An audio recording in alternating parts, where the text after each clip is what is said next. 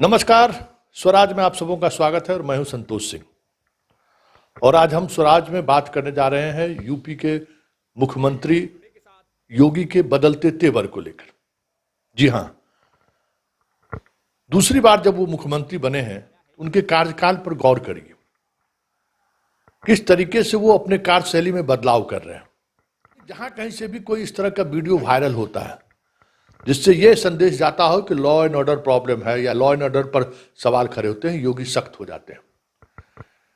कल ही की बात करें, एक महिला का वीडियो वायरल होता है, गार्ड के साथ बदतमीजी करता है, वो कर रही है, गाली गलौज कर रही है, बिहारी शब्दावली का इस्तेमाल कर रही है। कोई बहुत बड़ी बात नहीं थी, कोई बड़ा अपराध भी नहीं था, और ऐसे अपराध में अमूमन थाने से बेल मिल जाता है के तहत उस पर मुकदमा दर्ज किया गया। वो भी पेशे से वकील है। गुंडा एक्ट, उन पर भी गुंडा एक्ट लगा है और उस एक्ट के कारण उसको जेल जाना पड़ा 14 दिन के न्यायिक हिरासत में। बस गाली गलौज को लेकर सरकार कितनी संवेदनशील है, जरा ये देखिए। उससे पहले त्यागी का एक मसला आया था, वही नोएडा का ही मसला था, जहां एक पड़ोसी महिला के साथ किस तरीके से बदतमीजी से वो पेश आया और उसके खिलाफ भी गुंडा एक्ट लगा और वो अभी भी जेल में है। और कल उसके जेल से छूटने को लेकर बड़ा महापंचायत, त्यागियों का बड़ा महापंचायत बुलाया गया और राजनाथ सिंह और स्थानीय सांसद को धमकी दी कि अगर यही स्थिति बनी तो 2024 के लोकसभा में सबक सिखा देंगे। फिर भी योगी समझौता के मूड में नहीं है। ज्ञान व्यापी का मसला हो या फिर लुलु मॉल का मसला हो या फिर मुजफ्फराबाद का मसला हो, हाल के दिनों में जहां कहीं भी सांप्रदायिक बातें सामने आई हैं, दोनों पक्षों पर उन्होंने कठोरता से कार्रवाई किया। लुलु मॉल पर नमाज पढ़ने के दौरान के बाद के दिनों में जिस तरीके से हनुमान चालीसा या फिर हिंदू धर्मावलंबियों के द्वारा जो आंदोलन किया गया, उस आंदोलनकारियों को भी उसी शक्ति के साथ उससे निपटा गया जिस तरीके से दूसरे समुदाय के लोगों को निकला।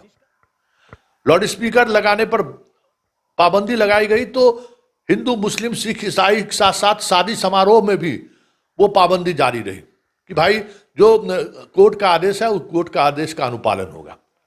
मतलब योगी ये दिखाने की कोशिश कर रहे हैं अपने दूसरे कार्यकाल में कि गवर्नेंस को लेकर, लॉ एंड ऑर्डर को लेकर किसी भी स्थिति में समझौता नहीं करेंगे।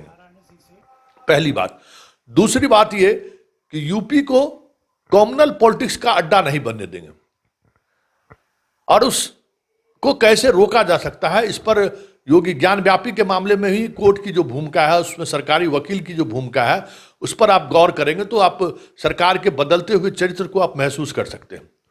हर ऐसे विवादास्पद मुद्दा पर जहां हिंदू और मुसलमान के सेंटिमेंट को भुनाने की कोशिश हो रही है, वहां योगी का जो सरकारी पक्ष है उसकी गतिविधियों पर आप नजर रखिए। सरकारी वकील किस तरीके से दलील कोर्ट में दे रहा है, इस पर जब आप गौर करिएगा तो लगेगा कि योगी अपने पूरे दूसरे कार्यकाल में अब ठीक विपरीत छवि के साथ वो सत्ता चला रहे हैं। तो क्या ये माना जाए कि योगी हिंदू हृदय सम्राट के साथ साथ वाजपेयी के छवि को साथ लेकर देश की राजनीति में कदम रखना चाहते हैं? यूपी जैसे कठिन प्रदेश जहां लॉ एंड ऑर्डर सबसे बड़ी समस्या है, उस लॉ एंड ऑर्डर की समस्या का समाधान निकालकर या लॉ एंड ऑर्डर को लेकर जो एक मानसिकता है यूपी के को लेकर, उस मानसिकता को खत्म कर देश के सामने एक नए विकल्प के रूप में योगी को उभरना चाहते हैं। कई ऐसे सवाल हैं जिन सवालों के सहारे अगर आप यूपी के मुख्यमंत्री योगी के दूसरे कार्यकाल पर आप गौर करेंगे तो दिखेगा कि योगी अपने उस छवि से बाहर निकल रहे हैं। आप इस कार्यकाल में देखिए कि गोरखपुर के जिस डॉक्टर के खिलाफ उन्होंने कार्रवाई की थी, इस पूरे कार्यकाल के दौरान इस तरह के विवादास्पद बयान या फिर सांप्रदायिक उन्माद भड़काने वाले बयान पर वो उस कड़ाई के साथ दोनों पक्षों पर कड़ाई कर रहे हैं। एक पक्षीय कार्रवाई नहीं हो रही है जो कोई सवाल खड़े करे। मतलब योगी आने वाले समय में अपने इसी छवि के सहारे बीजेपी के अंदर चुनौती देने की कोशिश कर रहे हैं, ये अब साफ दिख रहा है। तो क्या ये माना जाए कि 2029 को लेकर जो अमित शाह और योगी के बीच जो खींचतान चल रहा है, इसी वजह से उन्हें केंद्रीय चुनाव अभियान समिति से यूपी जैसे जगह के मुख्यमंत्री दूसरी बार वो मुख्यमंत्री बने और उनको जगह नहीं दी गई। जो उनकी घेराबंदी की जा रही है गुजरात पॉलिटिक्स के सहारे, तो ये अब माना जाए कि योगी वाजपेयी के सेकुलर चेहरे के साथ साथ जो योगी का हिंदुत्व का चेहरा है, दोनों चेहरे के साथ वो पार्टी के अंदर भी और पार्टी के बाहर भी चुनौती देने के लिए तैयार है।